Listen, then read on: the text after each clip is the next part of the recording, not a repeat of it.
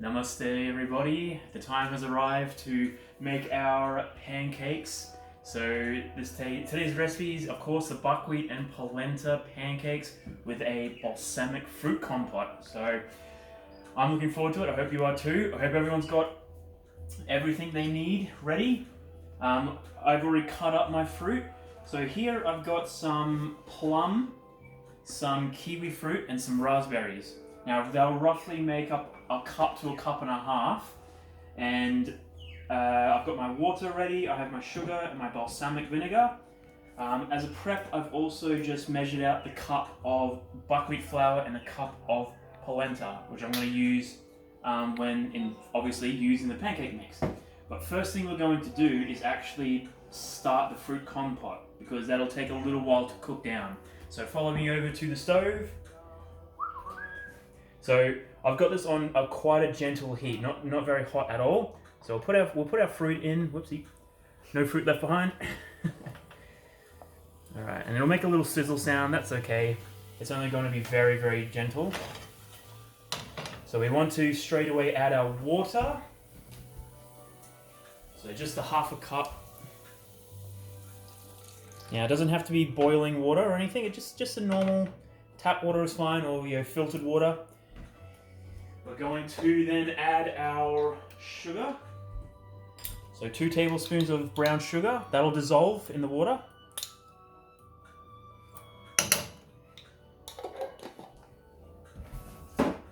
And we'll put our 1/3 of a cup. So you can use the same measuring cup if you'd like. Just a 1/3 of a cup would be plenty.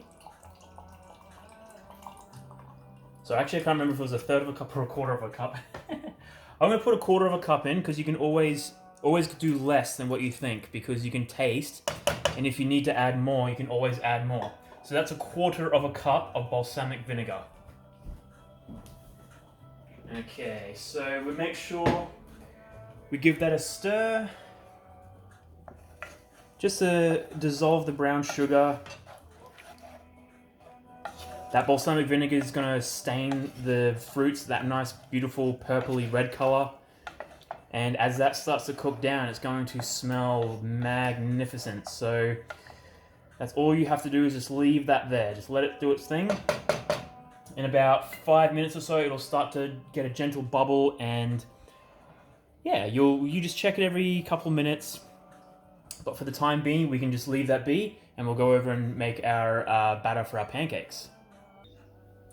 So here we have the ingredients that we're going to use in our pancake batter mix. So again, we have our cup of polenta and cup of buckwheat flour. Just stick that straight in. And you just use a spoon to mix.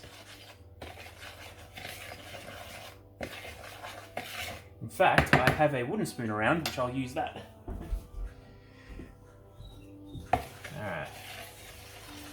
So to that, we're going to add our dry ingredients first.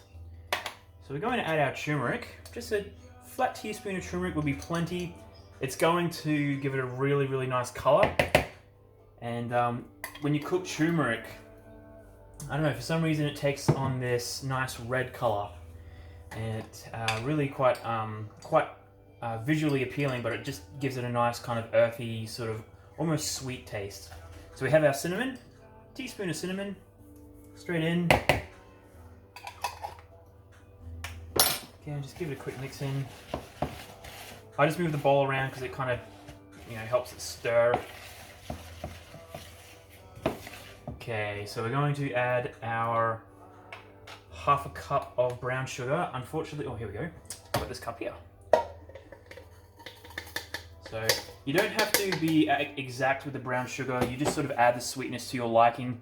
I say half a cup because it errs on the side of healthy, because it's not too overbearingly sweet. Most pancake mixes with this amount of flour is usually about a cup of sugar. So we're just going to do half a cup because, we're going to create the illusion that we're trying to be healthy. Okay, so from here we add our baking powder. Just a level teaspoon. Just in there. And from all the cooking shows that I've watched, or baking shows, so I've got a bit more brown sugar in there, we'll put that in there. They always put baking powder with bicarb soda. Now there's only about a teaspoon left, so I'm just going to pour it in there. Okay, there's a little less than a teaspoon, but you don't need bicarb soda with baking powder, but when you put the two together, it creates a more of a rising effect. So again, we're just going to put all this together. A bit of salt. Now it's just a pinch, so that's literally that. And our nutmeg. You don't need very much nutmeg. Nutmeg's an incredibly potent spice, so less is more with nutmeg. Okay, so just mixing all the dry stuff together, getting it nice and well and incorporated.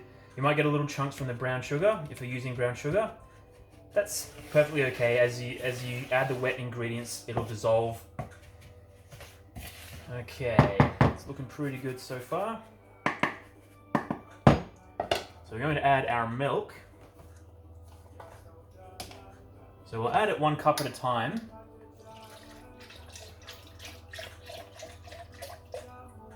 The reason why we add 1 cup at a time is we get to gauge how wet the batter is. So 1 cup might be enough. Sometimes you need a bit more than 1 cup. Sometimes you need more than 2 cups. But as you can see, we're going to definitely, I can tell already, we're going to need more than that. And you'll see why very soon. But we still want to incorporate what we can. So that's only just very, very roughly mixed. So we'll go another cup. We can quite safely put another cup in if it's looking as rough as that. All in. And just be careful when you stir, because it's going to get quite chunky. And it's going to be a bit clay-like.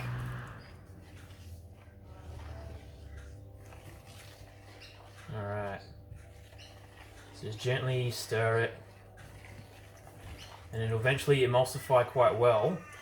Cornmeal and buckwheat flour are quite heavy when it comes to when it comes to baking. So it's going to be quite a relatively thick mixture, but you don't want it to be looking like a wet dough. You want it to be a batter more than an actual dough. And one thing I forgot to add, which I'm going to add right now, is the linseed meal.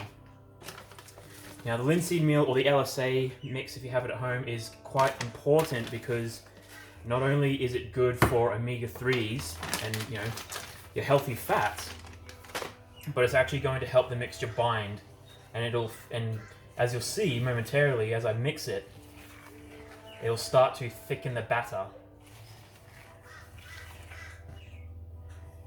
And if I had a bit more time, what I could do is actually set this aside for maybe 10 or 15 minutes, and the linseed meal would actually start soaking up a lot of the excess moisture, and it would thicken it by quite a large degree. But as you can see, it's starting to thicken up already. And to this, we're going to add our oil. So this is pre-melted coconut oil. If you don't have coconut oil, you can use sunflower oil.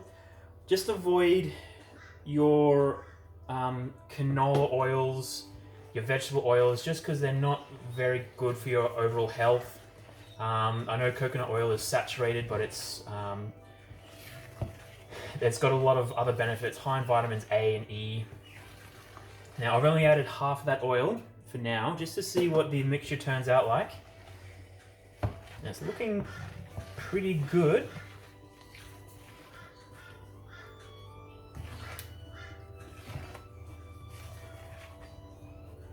You'll notice I'm not using a beater, and the reason is just because you don't really need to.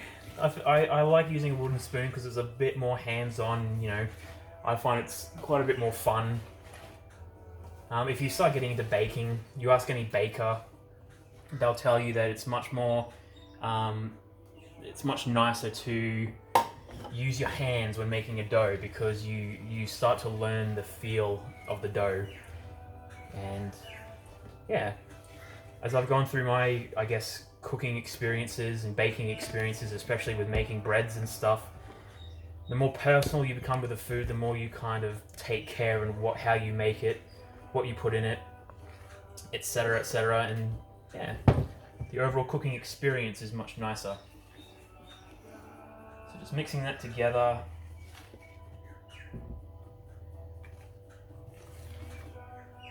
Okay. Now, that oil, we probably put a little bit too much oil in there, just because there's a little bit of a layer of oil around the top. That's okay, that's perfectly okay. It won't ruin the pancakes, I promise.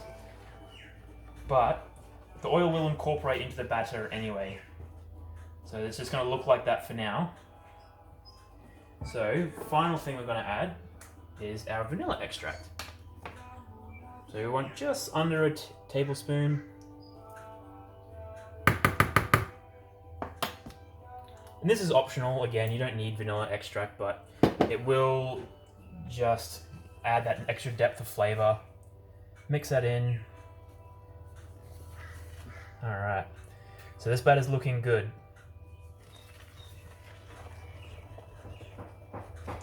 Be a little more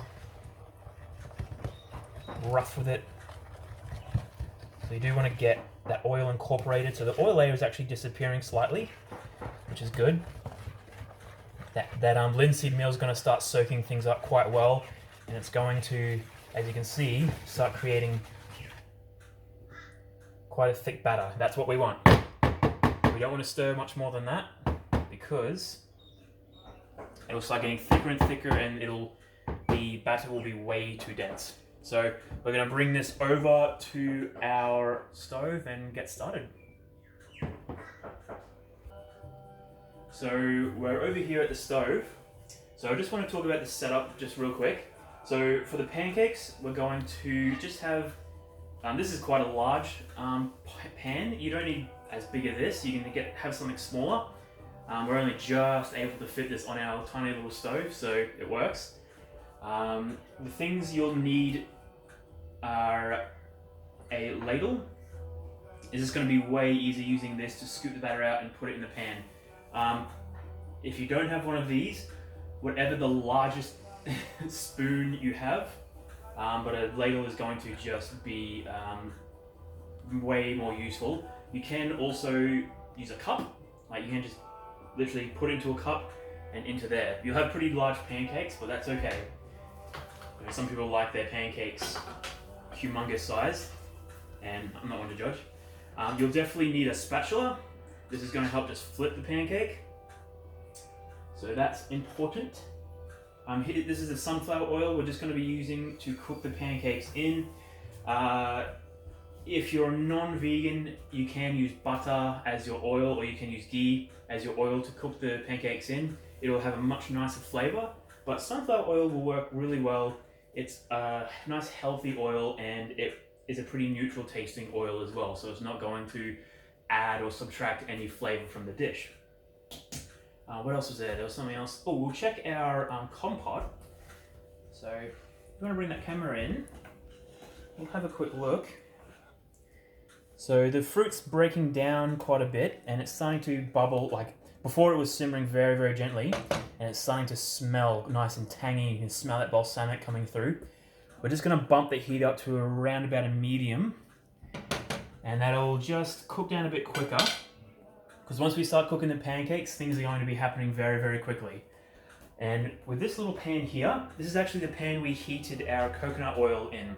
So you don't need anything humongous to melt your coconut oil. Just a really, really low heat, couple tablespoons, which end up being roughly half a cup. You can use that same pan to cook your nuts and seeds, and if you so desire to add those to the dish, you can cook them in that, and it'll be, you won't need to oil the pan. It'll already be pre-oiled with that melted coconut oil, and it'll add a really nice flavor. So, first things first is, I also forgot to add some salt to the compote. Now it's just going to be just a couple of twists like that. That's all you need. Give it a quick stir.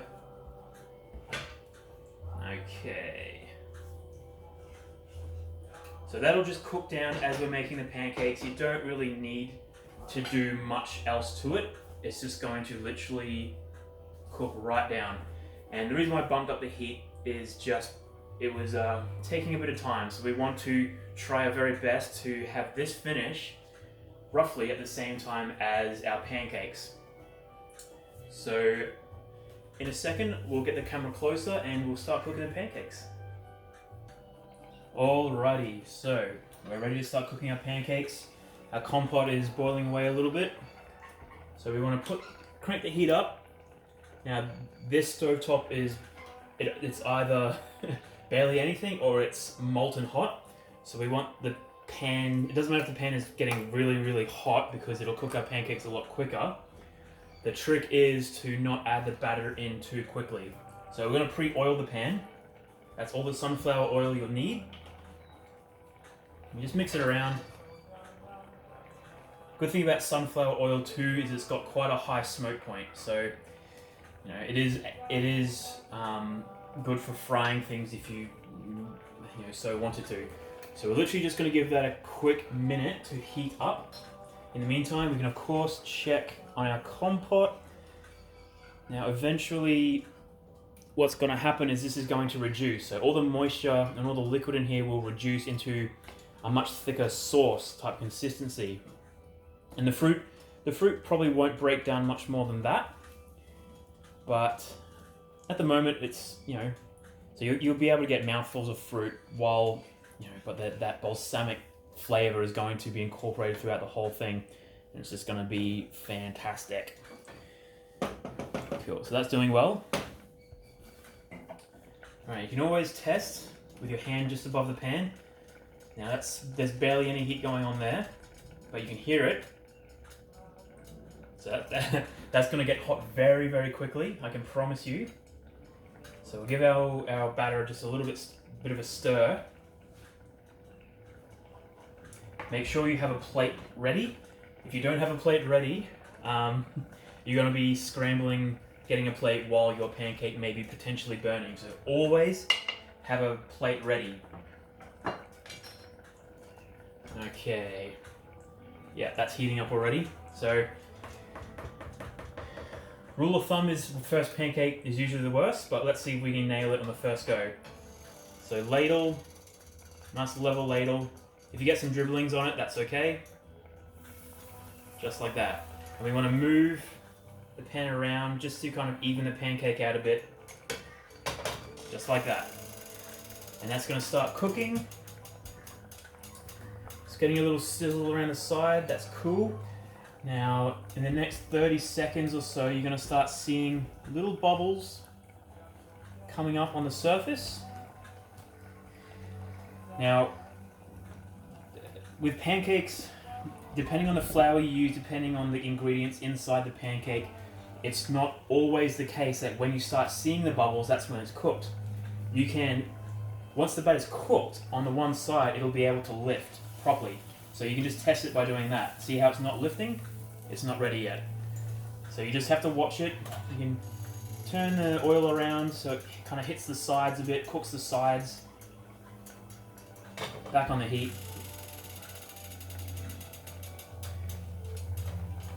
Cooking pancakes is as much intuition as it is timing. So it's looking good. It's starting to get a bit of movement there, which means the heat is quite intense. You're getting a little bit more of those little holes appearing in the top, which means it is cooking. Just every minute or so, or every 30 seconds, just test. So it's not quite ready yet. So when it's finished, it should just lift off easily, and you can turn it. I'm just gonna.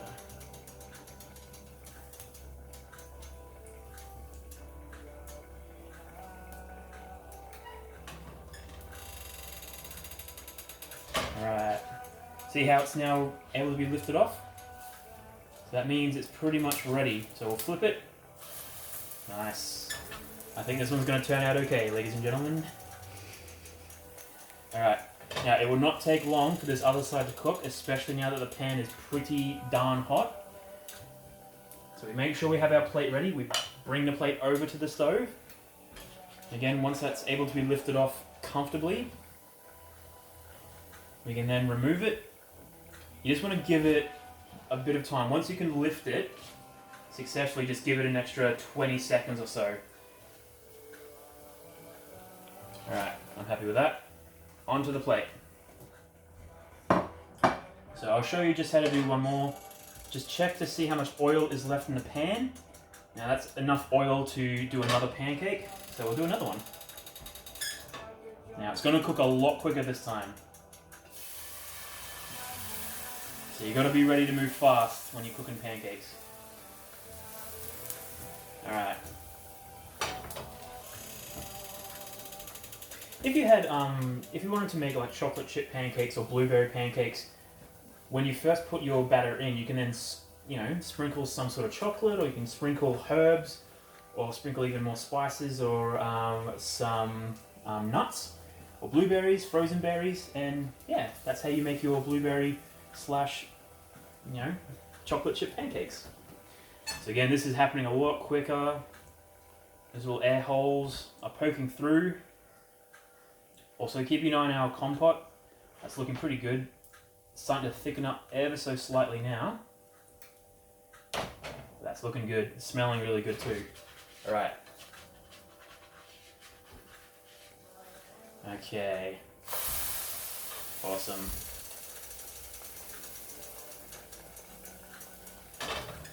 I'll let that cook.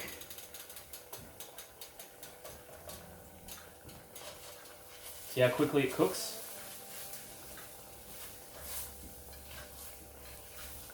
And always be aware of how much oil is in the pan. When the oil starts running out, you'll start burning the surface of the pancake which is touching the pan.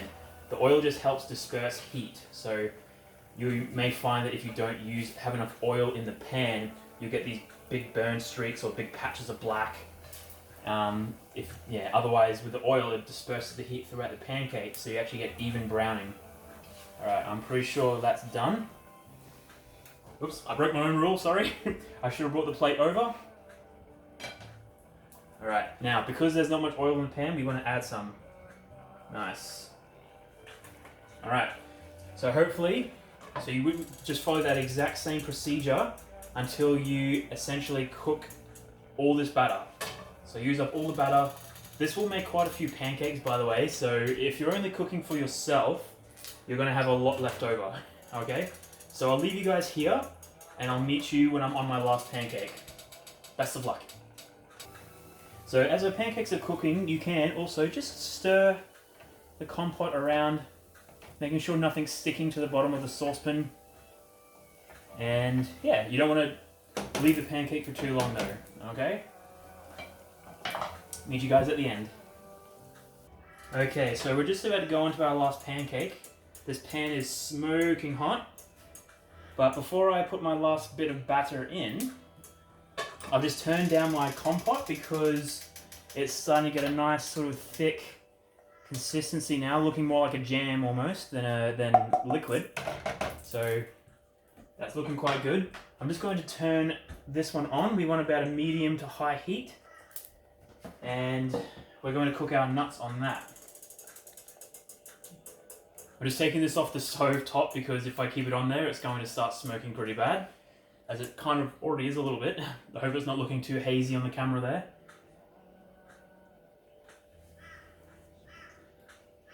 Okay, so we'll put our last piece of batter in while that's heating up.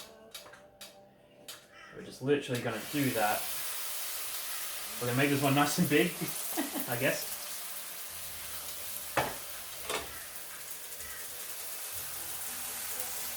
Alright.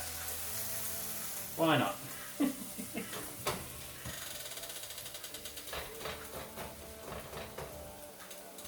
If you underestimated how much batter you have left, maybe just do 2 little bits instead of what I just did.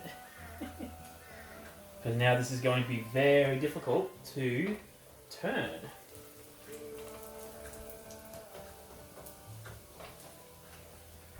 So I'm just scraping the sides in like this just so I can decrease the size somewhat. So I'm not going to be, because if I try and get that underneath there, it's going to loop over that and it may break. But when the time comes, I hope you're all holding your breath with me to make sure it works.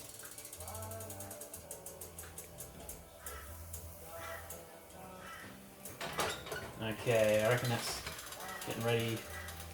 Alright, yeah, that's about ready. So here we go. Wish me luck. Woo! Alright, got it. Okay. So while that side's cooking, we can add our nuts.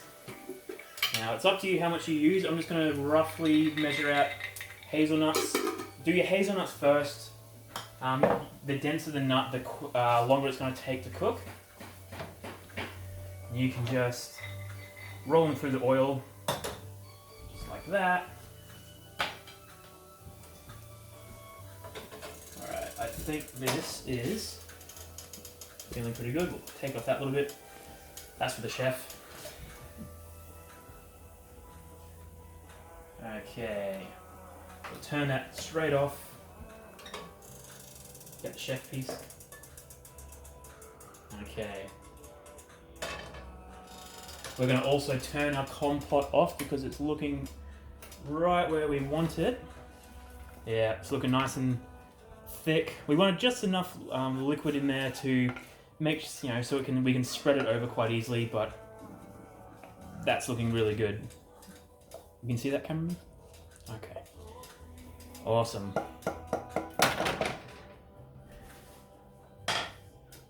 So the hazelnuts have been frying just a little bit. We'll put in our cashews. Just about that much is good.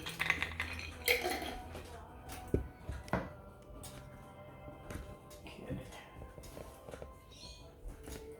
We can use our compote spoon just to mix them all around.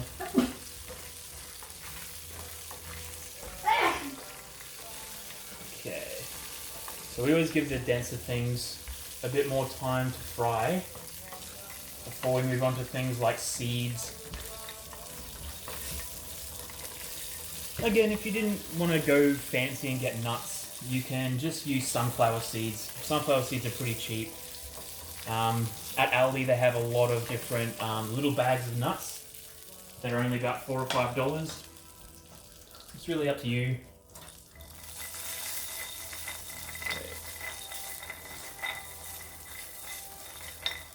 Alright.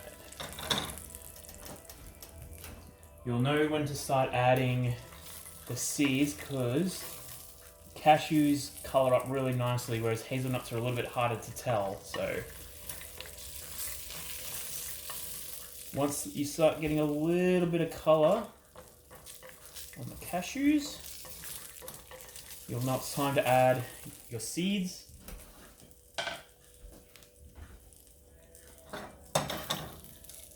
Alright, so we'll add our pepitas. So if I was going to be rough with my approximations, we've probably got a couple of tablespoons of each thing in there. Now the pepitas will cook fairly quickly. Yeah, so you can see the cashews are starting to get a little bit of colour on them, which is good.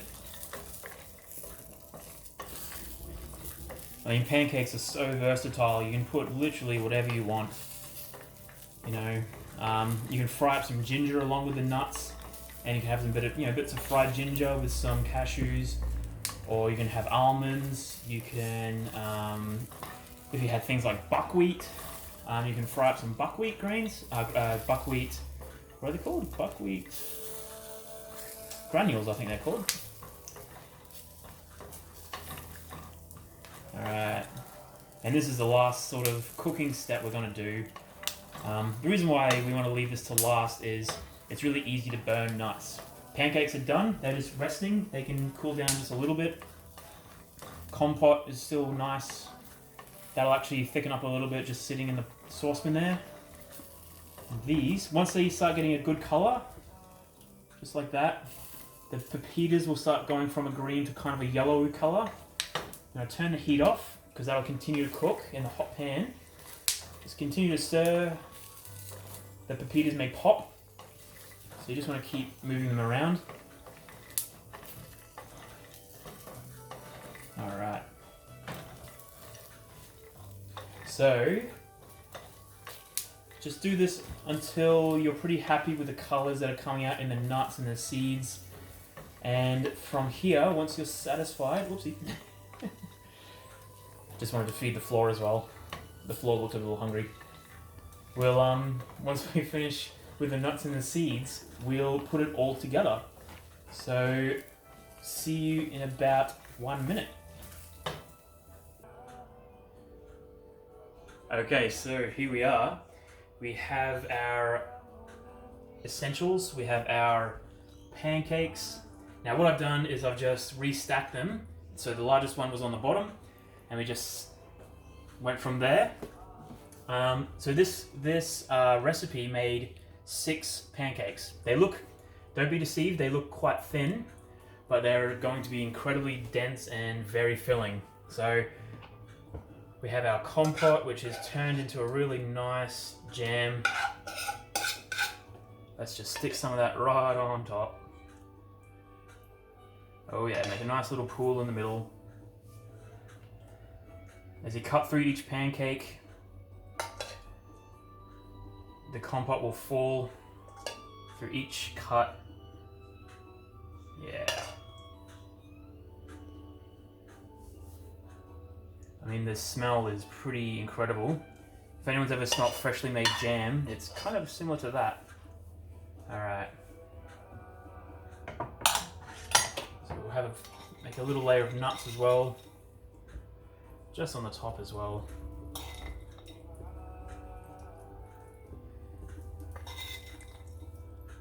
Cool. You can just be a little crazy and sprinkle them all around if you really wanted to. Organized chaos, as they say. Alright. So good amount, I mean, buckwheat flour has a good amount of protein. You got a good amount of fiber from the fruits. And of course more protein from the nuts and the seeds. And of course, maple syrup. Again, this is kind of as much or as little as you want. But these pancakes are kind of biscuity, so don't be afraid to put a decent amount on. And this, my friends, is my buckwheat and polenta pancakes with a fruit compote. Doesn't that look amazing? So yeah, I look forward to seeing what you guys come up with in the comment section. Send a photo for sure.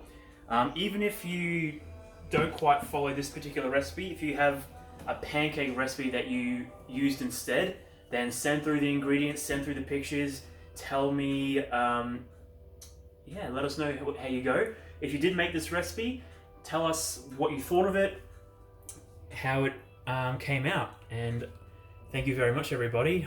Thank you for joining me. I'm going to just sit back and devour these pancakes. I'm not going to share at all, and namaste.